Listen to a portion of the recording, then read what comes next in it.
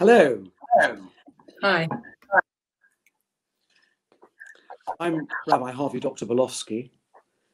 I am the senior rabbi of the Golders Green Synagogue, and I am the chief consultant and rabbinic head of University Jewish Chaplaincy. But today, I am chairing a panel of illustrious friends from a multi-faith group that I want to tell you about. Last year, March of the Living UK, which I'll tell you more in a moment, ran a groundbreaking programme which involved these three wonderful people who I'm going to introduce in a moment, and a number of others. And we spent 5 quite unforgettable days together in Poland. March of the Living UK, you can see a little poster in the background. It takes hundreds of people each year, mostly students, but others as well, on a full experience to Jewish Poland, Poland in the past, during the Holocaust, and Jewish life subsequently, to expose people, mostly Jews, although there are an increasing number of non-Jews, to an extraordinary period of Jewish history, a very dark period, and some extraordinary things that happened before and after as well. Last year, after many years of this wonderful programme, which is run by Scott Saunders, the founder, and the fantastic Cassie, and many, many other volunteers and professionals who create the most wonderful programme. Last year, as an experiment, I was given the opportunity to curate a multi-faith leaders group. That means we put together, with the help of funders and backers, a group of extraordinary leaders, people who are really game changers in their field and their communities from across different faith communities. And we went together with a carefully curated programme which incorporated the March of the Living itself on Yom HaShoah exactly a year ago.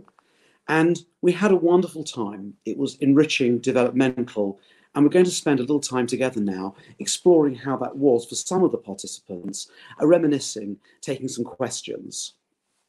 It was my privilege to curate that group and to co-lead it with Richard Verber, a remarkable educator. And we were able to go not just to death camps and places of terrible suffering, but places where Jewish life had been successful for 1,000 years in Poland, to learn together, to discover what it means to look at a heritage through the eyes of someone from a different faith, and also to think a little bit about post-war Judaism, particularly in Poland. But what I'd like to do now is to let you know that we're going to have some questions, which I'm going to put to our panel, whom I'm going to introduce in a moment. And when we've done that, there will be an opportunity, I hope, at the end for questions. If you would like to send a question in, please comment on the March of the Living UK live stream page, and this question will be forwarded and selected ones will be sent to me for questioning for our panel. So thank you very much for joining us wherever you are. If you're in the UK, it's the middle of the afternoon. If you're further east, it's going towards evening. And if you're in the States, it's the morning, or even perhaps even earlier than the morning. Thank you wherever you are for joining us. In a moment, I'm going to introduce our panelists. We have 3 panelists, all of whom were participants in last year's programme, activists of great significance and influence in their own communities. I live in this rather interesting space between curating the trip, co-leading it, although I'm not a Holocaust educator, and also being a participant. I work as a rabbi of a large Jewish community in Golders Green in northwest London, and I work in campus. I'm a consultant to various organisations. I'm a broadcaster, and I also have a number of interests in various other areas in the Jewish community, including in the interfaith world. But that's enough from me, and I'd now like to introduce the 3 other panelists. I'm going to ask each of them to say their name, although I will probably say their name first, and offer to begin a 2-minute reflection on why you heard my call, were willing to take 5 days out of your busy schedule to join me and our other colleagues on March of the Living UK's multi-faith trip to Poland in 2019. We have with us the Reverend Margaret Cave, Ramona Ali and Jasvir Singh, now all dear friends. And I'm going to begin with Margaret. Please, a 2-minute reflection, a little bit about yourself, who you are, what you do, and why you decided to join us last year. Yeah, thank you, Harvey. Well, I have to say it's been one of the most extraordinary privileges of my life, not just going on the March of the Living trip last year, but getting to know Harvey and the other people that we went on the bus with, we were part of Bus H, which we obviously had to call the Holy Bus because we were all holy in our own ways from our own faith communities. And when Harvey asked me well over a year in advance, I'd never heard of March of the Living. I obviously knew quite a lot about the Holocaust, but I'd never heard of March of the Living, and it struck me as an extraordinary experience. And I didn't hesitate to say yes to joining the trip. And I knew, and as it drew closer more and more, what an emotionally and physically grueling trip that it was going to be. And it was all of those things, but it was also the most incredibly privileged, rewarding and extraordinary, life-changing trip. One of the most amazing things that I've ever been privileged to participate in. So I'm extraordinarily grateful to Harvey, to Scott Saunders and all the people who made it possible for us to do that. And of course, being part of this interfaith group made it a really different experience. I think one of the things that I was looking forward to and which made a real difference was that we were all able to share things from our own perspective, which enriched the trip, enriched everything that we discovered about the Jewish life in the past, the Jewish experience through the Second World War and the events of the Holocaust, and the hope that's being found now in the resurgence of Jewish life in Poland today. So it was an extraordinary visit in terms of time, in terms of the people that we were with, and in terms of experience of our own faiths together with people of other faiths. And I certainly for me, it was a trip that meant that I grew in the strength of my own faith as I shared with others in their faiths. I was supposed to say where I come from, so I better go back to quickly say that I'm a Church of England priest. I'm currently working as the team rector in East Greenwich in London, and so I have the O2 in my parish. I'm the area dean of my local Church of England deanery and play a part in the interfaith world and in some other aspects of life in the Church of England and my local and London-wide communities. Okay. Margaret, thank you so much for that. Could I now hand over to Jasvir?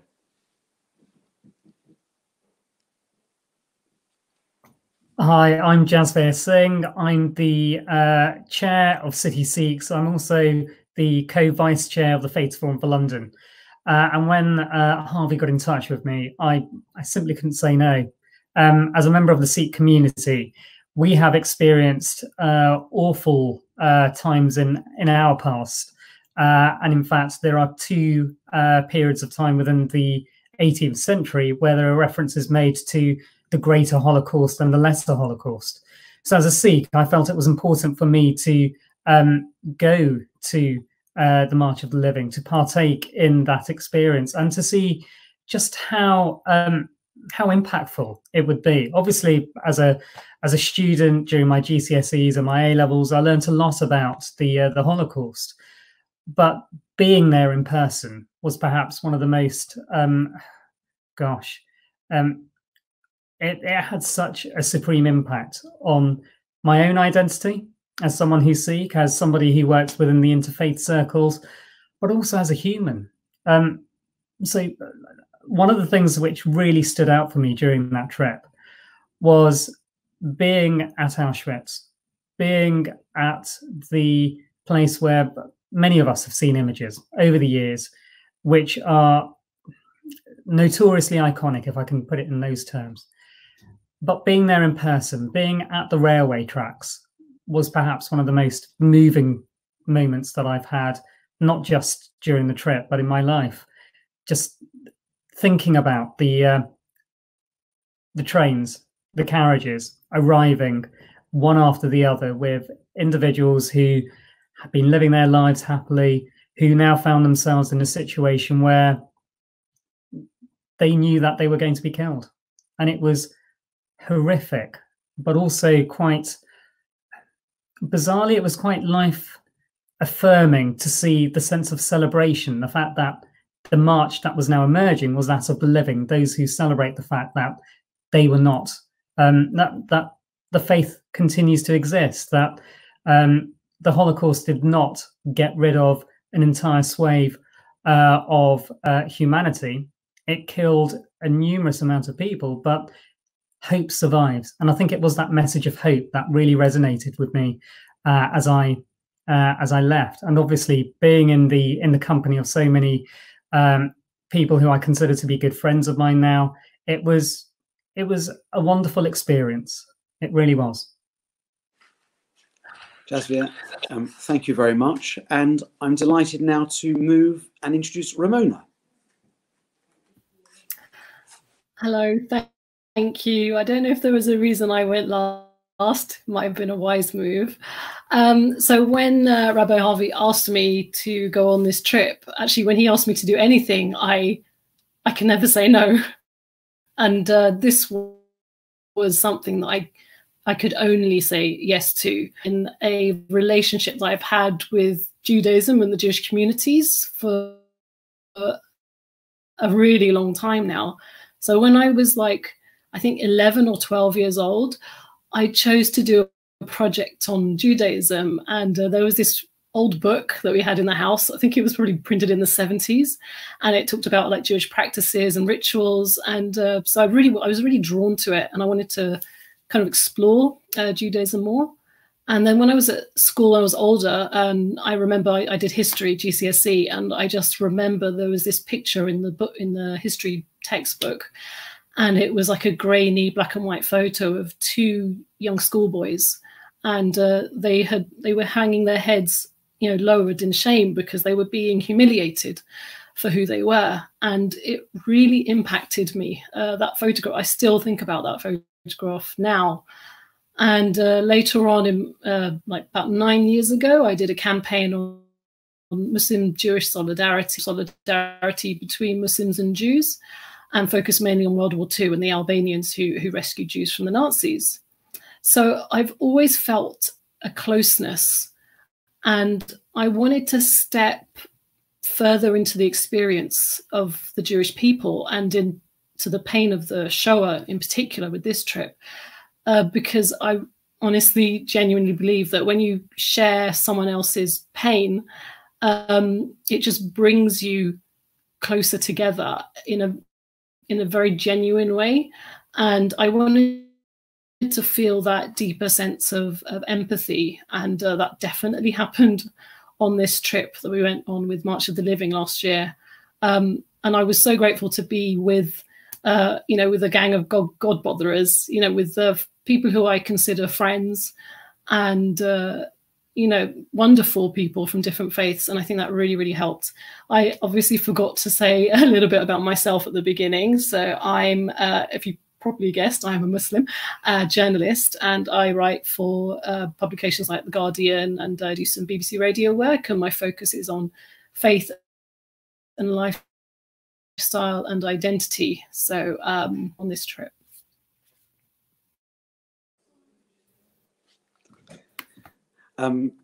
Ramona, Jasvier, Margaret, thank you very much. It reminds me and inspires me that we were able to put together a group of a dozen, of whom these are three excellent examples of the highest caliber influencers in their communities.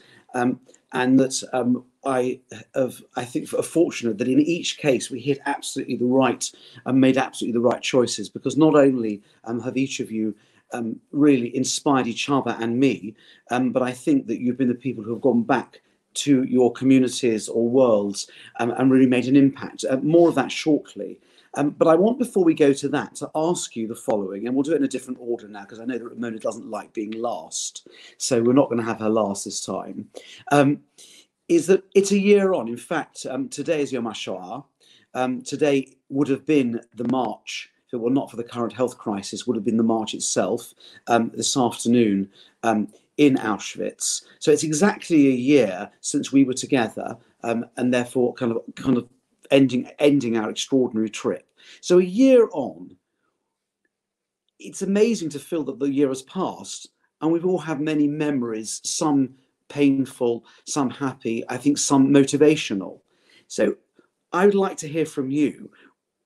If you had to choose one memory of the trip that's inspired you or you've thought about most, what is it? Perhaps I could ask Jasvir first to comment on this. One memory from last year, that you've carried forward. I think the memory that I've carried forward is one which really struck me as a Sikh, and it's to do whilst we were in the museum, and whilst we were looking at some of the artifacts of those who had gone to Auschwitz, who had been brutally killed there, and it was just seeing the mounds of hair. Now, as a Sikh, I don't cut my hair. I've never cut my hair. My hair has never been cut since I was a child, since birth. So for me to go into that space and to see the hair that's been collected of the victims of the Shoah, of those all collected and placed in a single area, in a single room, and given the reverence that it has been, was deeply moving, but also quite frightening. It really brought to home the impact of what had happened so many years ago, so many decades ago. And that's been my lasting memory, the idea of the hair, the importance of hair within the Sikh faith, but also seeing the way that the hair has been preserved as quite a thoughtful reminder of what's happened, but also being treated with the deepest of respect. I think that's really stuck by me. Jasvir, thank you. Ramona, sorry that Margaret, that does leave you last, but I imagine our friendship is strong enough to survive that. So Ramona, if you could dwell it wasn't on a complaint that I go, oh, you know, I'm not very good at obeying rules. I find it really hard to choose one. Every single moment was memorable. Like meeting Eric Hirsch, the survivor, and his wife Jean was just like, honestly, it really made such a huge impact on me. That was amazing meeting them, you know, going to the cemetery, going to the community center, you know, literally everything. But I'm going to pick out, can I pick out three? I don't know. Can I pick? I'll pick out one. Ramona, there was a time where we were looking at. Ramona, the way this works is that because we enjoy a particular relationship, our family with you, we'll allow you three as long as they're brief.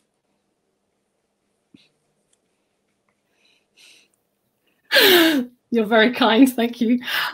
So there was a time when we were looking at there was a wall of pictures, and it was just gazing at this gallery of images that were intimate portraits of family life, and it really made you think that, you know, beyond the abstract numbers, that you could feel these people's lives, their relationships, there's pictures of sisters together, of families together.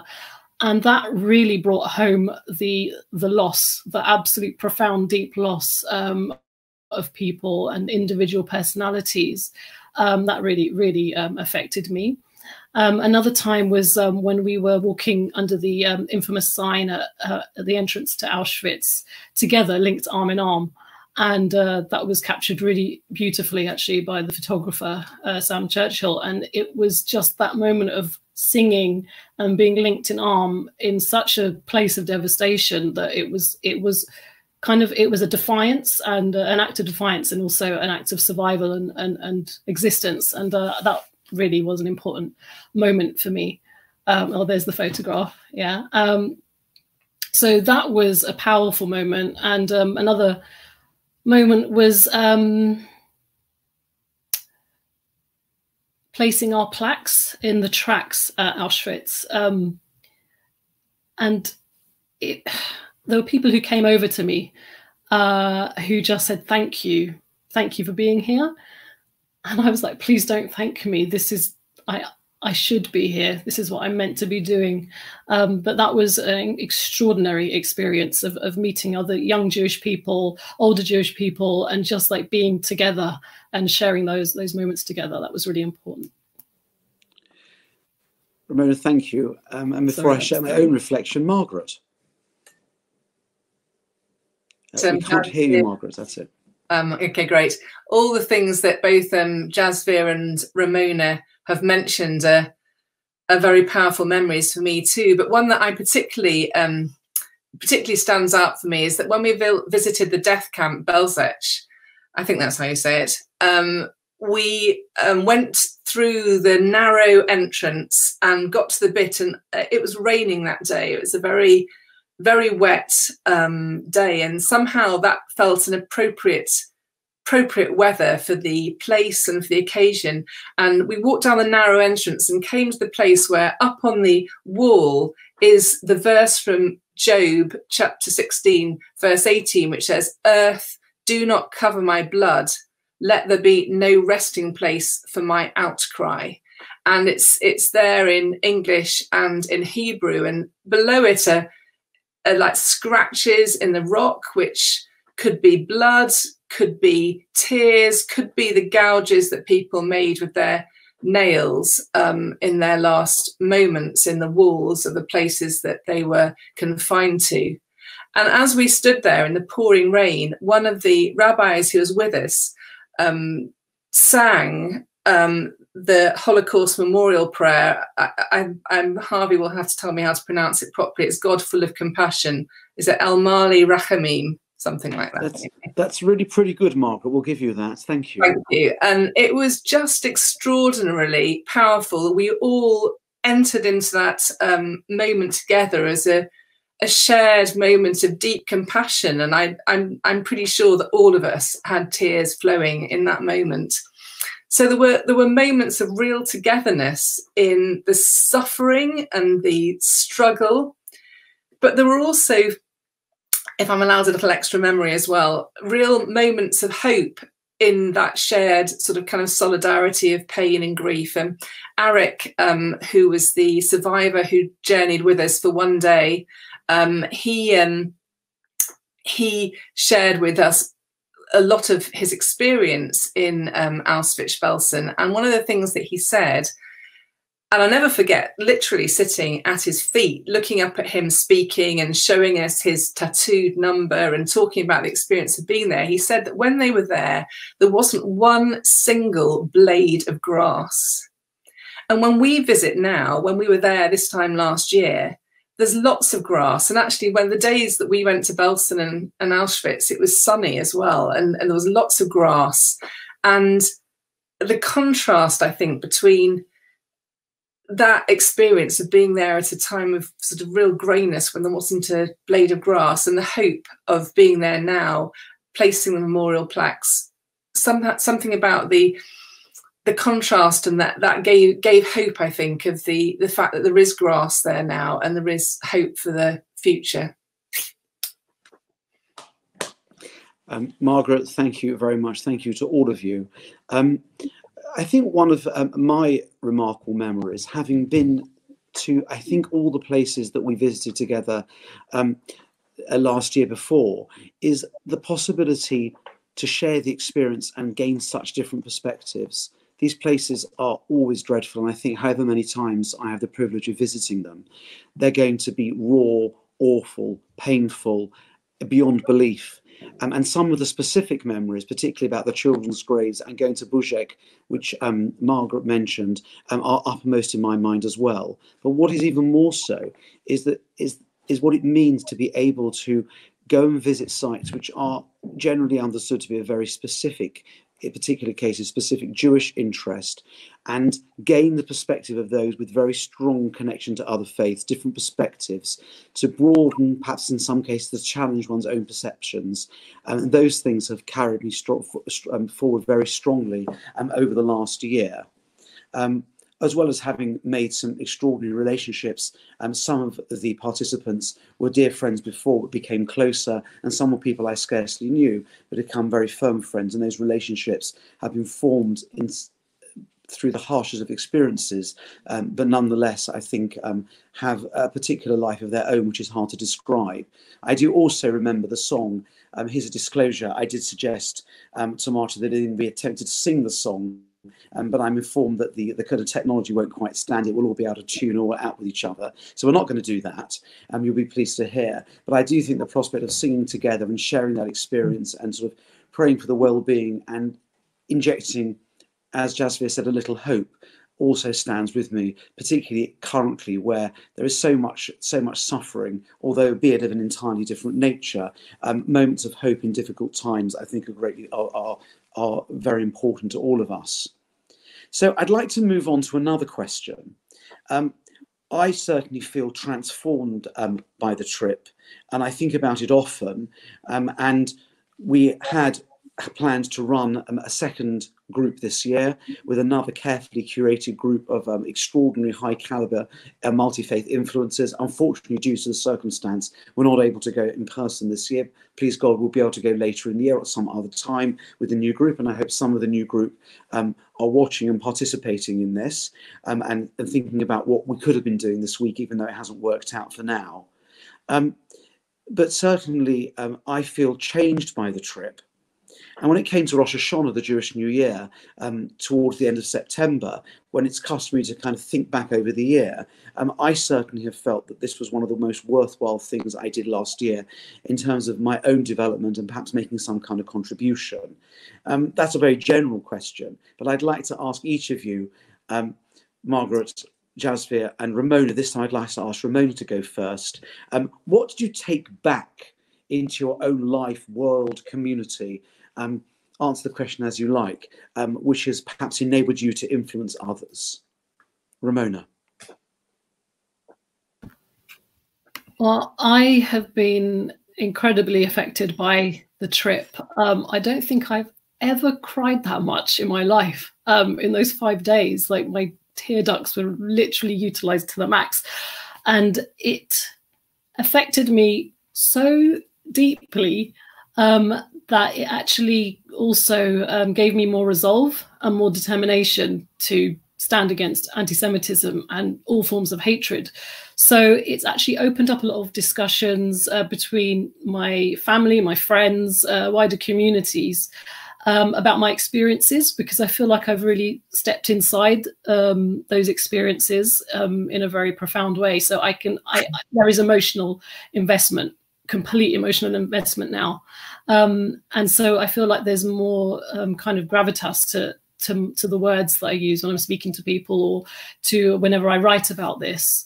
And it's important that we didn't leave our experiences there, that we bring them back with us to the people around us, to our own communities, because obviously there is still anti-Semitism that exists in our world today, which is a deep shame, but something that we now need to also take on the challenge of fighting against. So for me, it's made me more deeply aware of the trauma and the pain of the Holocaust, and it's made me just even more determined to fight against it. Thank you, Ramona.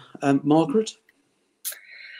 I think one of the things that's most profoundly influenced me, and I hope has led to me influencing others in the same way, is that I think that I discovered really profoundly, deeply and afresh, if you like, that we can find God in the face of terrible suffering. And that sounds a bit of an upside down thing, because it was. And like Ramona, I wept, and we shared this pain of the terrible way that human beings had behaved towards one another. And it's profoundly, deeply disturbing and life-changing to experience that in such a kind of real and kind of graphic way. But together, and the solidarity of being there as people of different faiths really, really profoundly took me to a deeper place in my own faith, and of that discovery that I really could find God, and that others could find God, and that people who were there in the moment had found God in the face of the most profound suffering.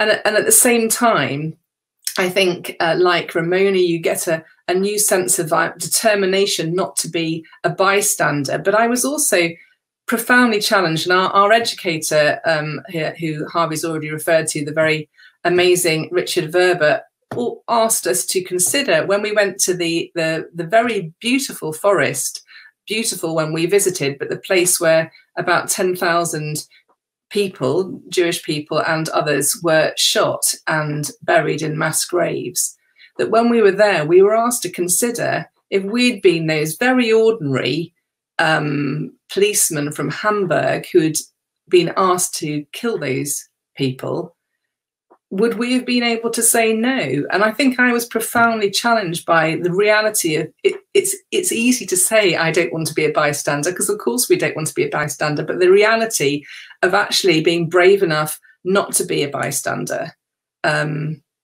it's maybe more difficult than we'd like it to be, but it's given me a new resolve, but also made me appreciate the challenges. Thank you, Margaret. And Jasveer, have you been changed by the trip? What do you take back to your world?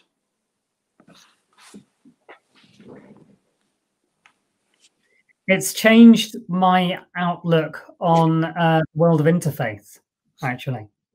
It's very easy to be working on social projects, to work together with people of other faiths and other communities. And you find yourself in a bubble sometimes. You find yourself surrounded by individuals who all share the same thoughts, same ideas or concepts of bringing people together in that sort of environment. But it's important to also understand the lived experience of others and of those faiths. And being on the Martyr of the Living last year, being as part of the interfaith delegation, gave me that insight to how the Jewish community suffered appallingly in the last few, over the last millennia or so. We went to the Poland Museum, and whilst we were there, we learned about the extensive history of the Jewish community in Poland. We learned so much about how pogroms and various other discrimination has taken place over years gone by. But then we saw it culminate in the atrocities that were committed during the Shoah. And understanding the context, seeing how a community had survived to some extent side by side, to some extent well integrated in a part of Europe, and for that to disintegrate completely within the space of a few years was it was eye-opening. And I think it's also reminded me that it's very easy for us to become complacent in life, complacent as to how our society is, and to be that bystander, as Margaret was just saying. It's a very easy position to take, but as soon as you understand the context and the background to very, very difficult periods of history, such as this has allowed us to do, it then opens one's eyes up to how we can work together in a more holistic manner. So, for example, talking about genocide and genocidal riots, and bringing together the experiences of other faith communities, but talking about them collectively in such a way that we can understand, but truly understand, the impact of what happened over 70, 80 years ago. Thank you very much to all of you for your insights on this one. Here is another question, which is related, which is that all of you have explained eloquently why you came, the impact on you, what you've taken back, and perhaps how you've been changed. Certainly, we experienced a very intense a few days together. We've all indicated it was life-changing, and I know this will be the case for all the others with whom we've all remained in contact. We shared difficult experiences, and we created friendships. Which kind of relationship, you don't necessarily have to mention the person by name, what kind of relationship, a new friendship or a new professional collaboration arose from the trip that you find that you're particularly fond of, or you feel has been especially important to you over the last year? Perhaps I could ask Margaret to go first with this one.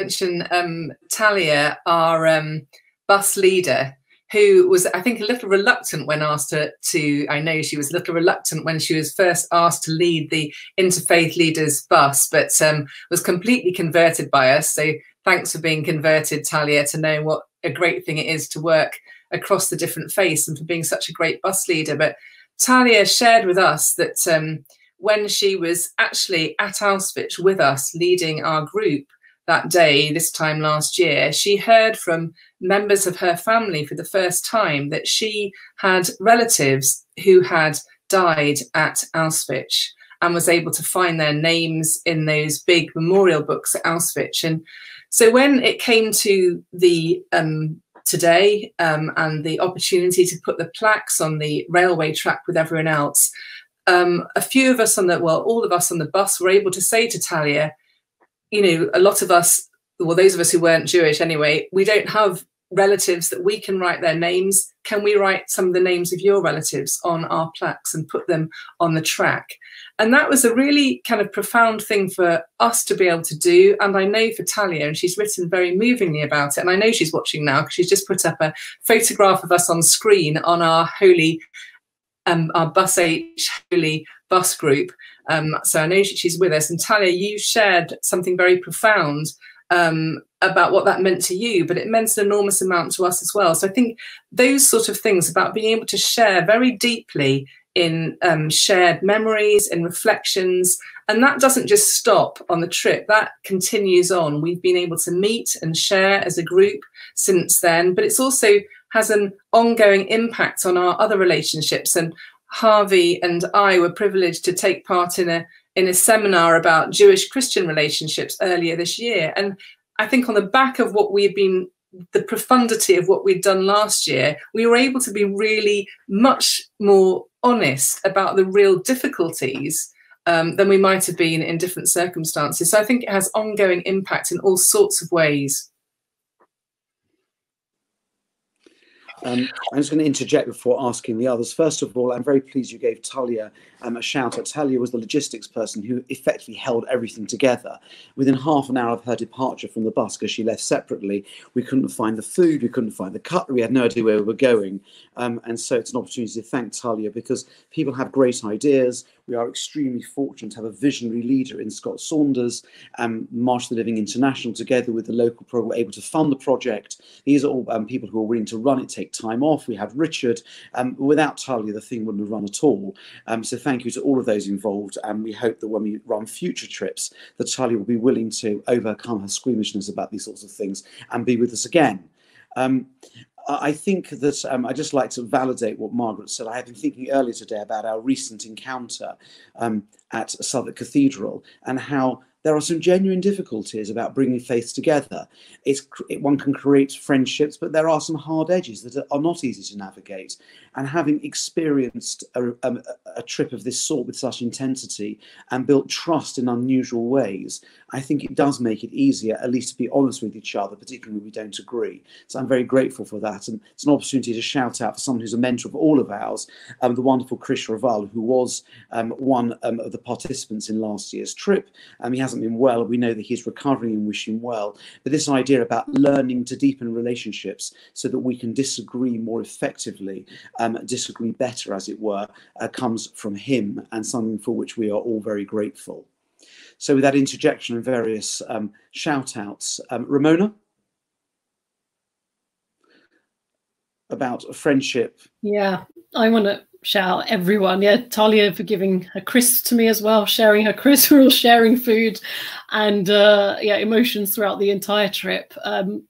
Also again, like Richard Verber, who I have known before, but I literally reached a new level of respect for him. He's an incredible educator, and also Helise Lieberman, who was who helped us, you know, incredibly along that entire journey, and you know, really conveyed sentiments in such an incredibly powerful way. I'm really indebted to them for bringing that experience so close and so powerfully palpable. I thought that was, yeah, so they were wonderful. And you know, just to everybody on the trip, the the vicars, the revs, the rabbis. I would not have been able to do it without the entire multi-faith group.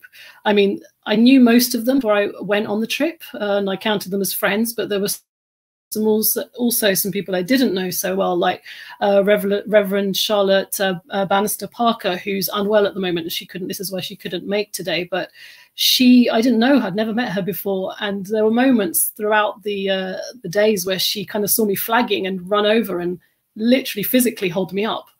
And that was really touching. So I don't think I could have done that trip without Jasfir, without Margaret, without everybody. And I think that we carried each other through, and our different faiths, our different faith perspectives really gave an important texture to the overall experience. We listened to each other's processing of that, and sometimes we questioned together things. We'd find our own ways of kind of processing it all. So it was an important aspect of the trip that it was a multi-faith experience. Thank you. And Jasvia, could we ask you to say a few words on the same theme? Thank you.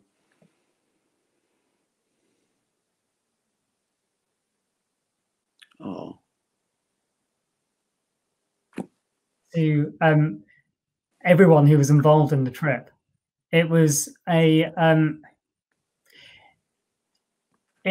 think it's very difficult to just name individuals because everyone played such an important role within that trip. And I think we all consolidated quite well as a result of our visit. We've had, and again, as Romena said, I knew many of the people, most of the people that I was on the trip with, but being on the trip meant that I got to know them better rather than simply faces I would see at various interfaith events or through various projects that I'm involved in. I got to know them. I got to know more about their families. I got to know more about their inner thoughts and their concerns about the world as it currently is. And I think it's that ability to have been able to share so openly with each other about our own lives, about the lives of those around us, and doing that in the context of an interfaith delegation visiting Poland and being part of the commemorations for Shoah. I think it was very, it was a fascinating trip. I don't think it's something that I could ever do again, but it's something that I will never forget. And I'll never forget certainly all the friendships that have emerged from it as a result. We are fairly near the end of the time, but I'm going to now ask, I think, two questions. Please don't feel you all have to answer them. I think two questions. The first is, we've already heard how each of you were able to find ways to share your experience with others and influence the worlds and the circles and your networks within which you operate. Could you each share perhaps a brief idea about an innovative way or a particular vehicle that you found helpful for sharing the stories of what you'd seen within your own communities or social networks?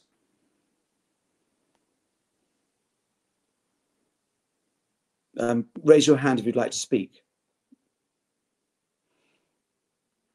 I see. Oh, Margaret, thank you. Thank you for saving me. To unmute me. Thank you.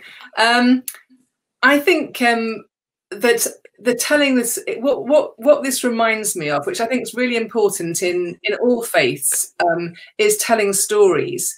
And what brought alive the amazing experience of the trip was hearing each other's stories, and that was of the people that were in our bus group, but also hearing the stories of people. We went on a journey. Richard, our educator, took with us Helena Birkenbaum, who's a young woman who survived 3 different concentration camps, and she, going on that journey with her, hearing excerpts of her journey at the actual places where they took place, really brought it alive. So hearing Eric Hirsch, the survivor who was actually with us in person, telling his story, it just reminded me again about how telling stories is just so important. It's so important for us in every part of our lives, but particularly in our faith journeys, in telling stories that share about our faith and share about our understanding of God and share about our experience of God. Thank you. Would either of the others like to comment on that? There's no need to, but would you like to? Ramona.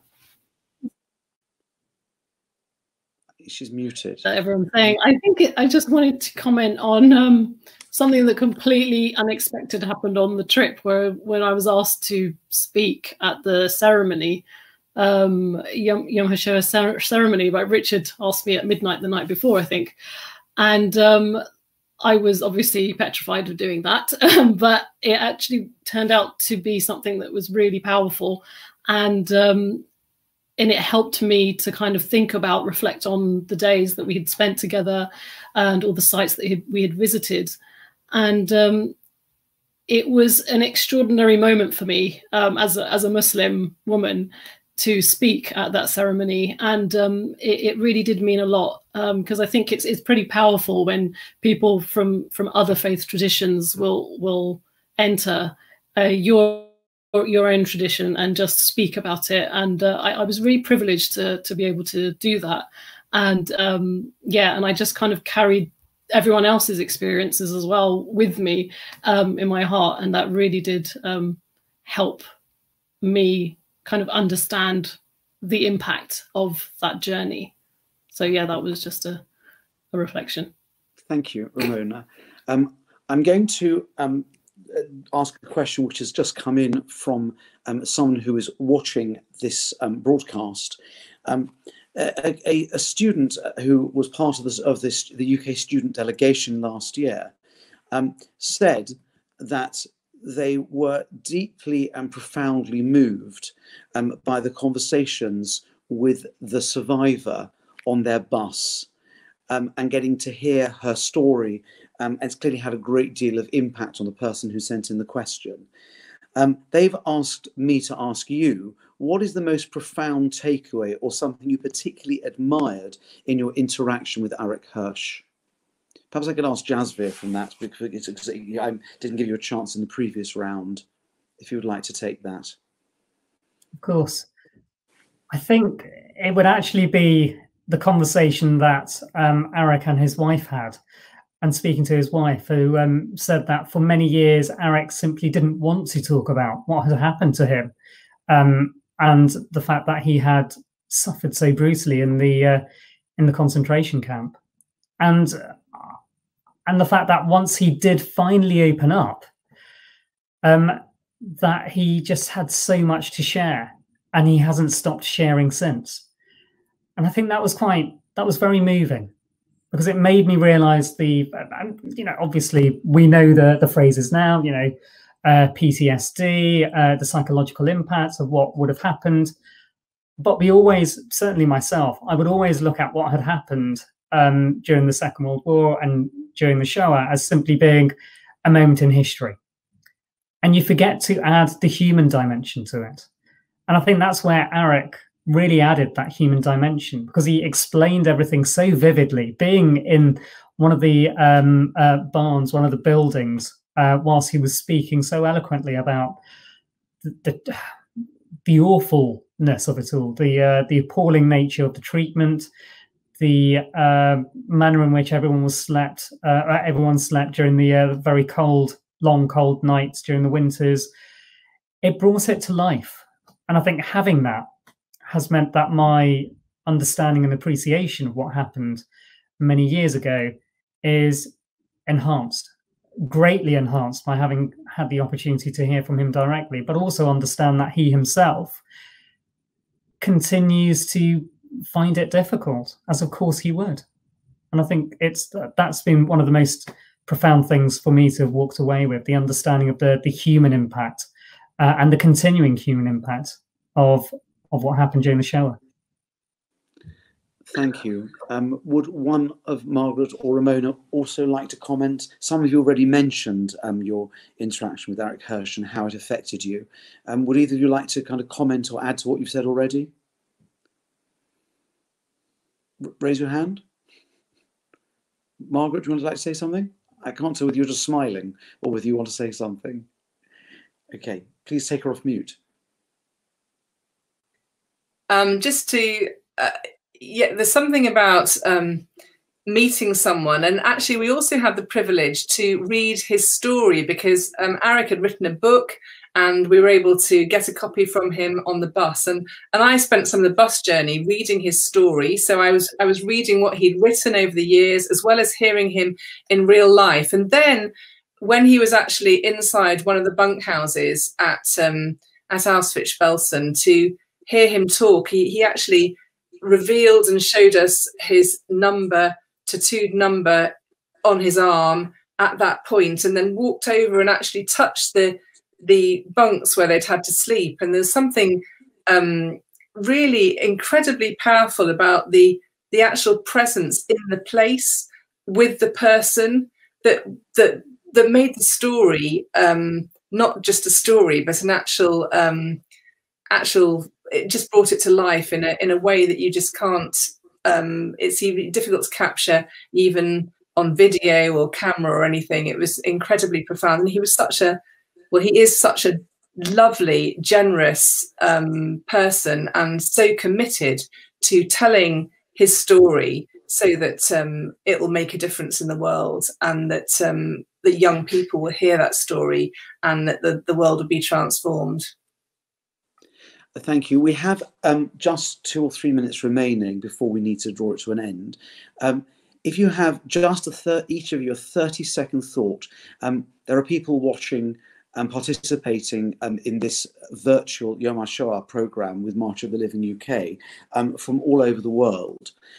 If you have just a few words, a parting thought about what you've seen, what you've experienced, but very briefly, so we can cover all of them in the remaining time. Just a final thought. Ramona?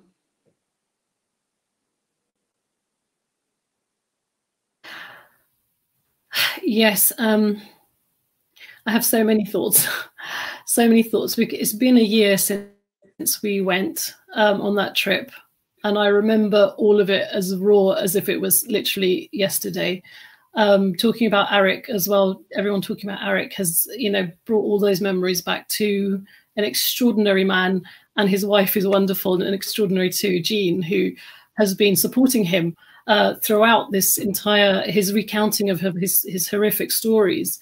But he does it with such grace and such dignity and warmth. And, and it was a real privilege to be able to spend some time with him and to be close to him. It really did affect all of us. That trip is something that I'll never forget. It's a trip I don't think any of us can ever forget. And it's important that we now move forward with it and use it in our work and in our speeches in any way possible to convey what we experienced and to bring the pain of the Shoah to today's audiences, because it's something that we can never forget, and that we need to we need to fight against any form of hatred that we are faced with today, because there's a growing threat of that hatred now. And for me, I'm just more determined, and I am resolved in carrying on those experiences with me forward into my career and to the communities around me. Thank you. So, I'm grateful. Thank you very much. I'm sorry to stop you, but I just would like the others just have a little chance to say goodbye so that we don't run into the next program. We're really sorry to cut you off, but thank you for those beautiful words. Jasvir, just a few very brief final thoughts. Of course, for me, it's about the fragility of life and being able to understand that we're very privileged in the world that we live in today. Regardless of the current circumstances that we find ourselves in as a society, we are very privileged. We should never take that for granted. We should never become complacent as a society. We should fight hatred wherever we see it. We should fight discrimination wherever it may arise. And hopefully we can remain the kind of society that we want to exist in. Thank you very much. And Margaret? Go back and say again that I think there's something really important about being prepared to go to a place, accepting the invitation to go to a place of experiencing or sharing the experience of what it's like to go through great suffering as a people and as individuals, and to face up to the terrible things that human beings are capable of doing to one another. And the enormous power of doing that as people of faith and discovering that we can find God in the face of such terrible acts and such deep and terrible suffering. Thank you very much, and thank you for confining your words briefly, but very beautiful and powerful. It remains to me to wind up. I'm Rabbi Dr. Harvey Bolofsky. Our panelists have been Jasveer Singh, and Margaret Cave, and Ramona Ali. Thank you to March of the Living UK for proposing this idea and for inviting us. Thank you to Mashoa for hosting this. Thank you to the tech people for making it happen, and thank you for everyone who's been involved.